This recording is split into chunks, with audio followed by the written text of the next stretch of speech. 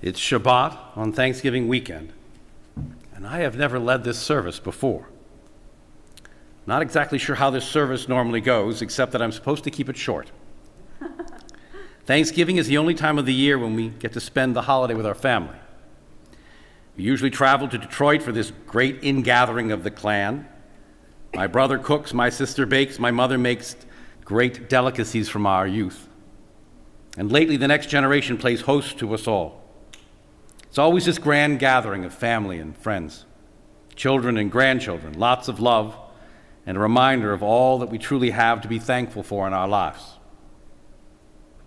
This year was not quite that Thanksgiving with our family, and for us all. And yet, in our makeshift way, we were able to gather via Zoom. We had to cook Thanksgiving dinner for ourselves. That was a little scary. And a reminder of how thankful we are for each Thanksgiving meal we share together. And a reminder, too, of a story I was once told. This is one of my favorite stories from this week's portion, Vayetze. It's a story called Opening Your Eyes, from the Book of Miracles by Lawrence Kushner. It goes like this. Reuben and Shimon hurried along among the crowd crossing the Red Sea. They never once looked up. They noticed only the ground underneath their feet was still a little muddy, like a beach at low tide. Yuck, said Reuben. There's mud all over the place. Blech, said Shimon. I have muck all over my feet. This is terrible, answered Reuben. When we were slaves in Egypt, we had to make bricks out of mud. It's just like this. Yeah, said Shimon. There's no difference between being a slave in Egypt and being free here. And so it went. Reuben and Shimon, whining and complaining all the way to freedom. For them, there was no miracle, only mud. Their eyes were closed. They might as well have been asleep. Something like this happened to Jacob, our ancestor. He dreamed of a ladder joining heaven to earth. Upon it, angels were climbing up and down. Then God appeared and talked to Jacob. When he woke the next morning, Jacob said to himself, wow, God was in this very place all along, and I didn't even know it. Rashi explained what Jacob meant. If I'd known that God would be here, I wouldn't have gone to sleep.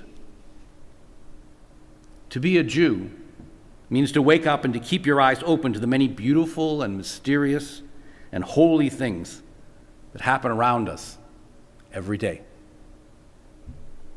The story of Jacob's ladder is one of the most luminous and spiritual moments in all of the Torah.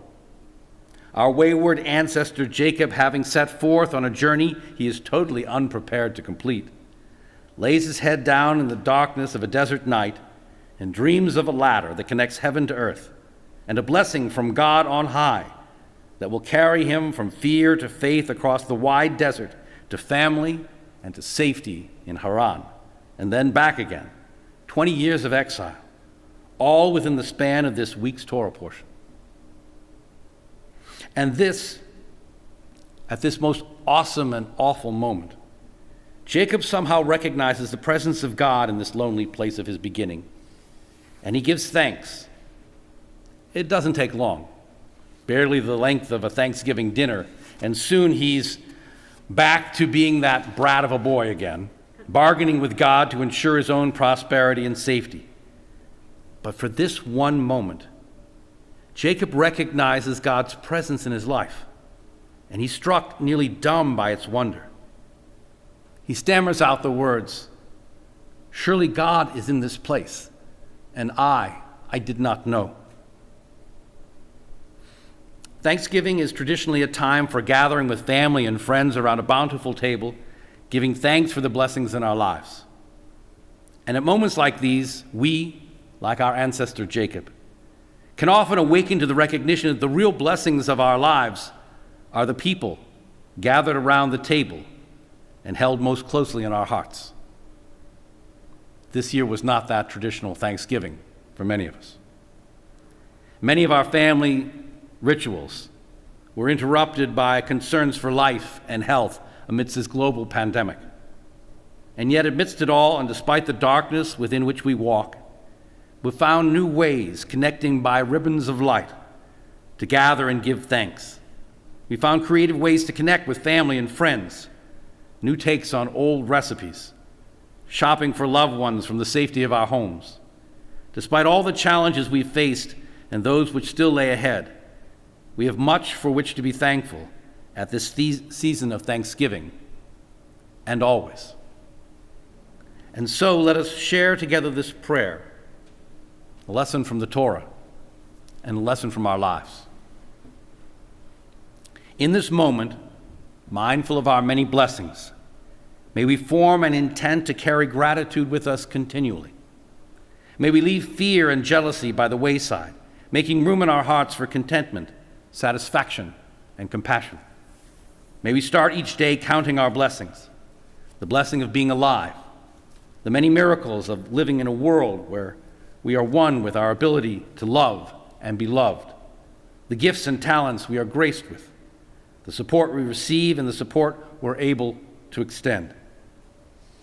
May our gratitude lead us to action. May we express our gratitude.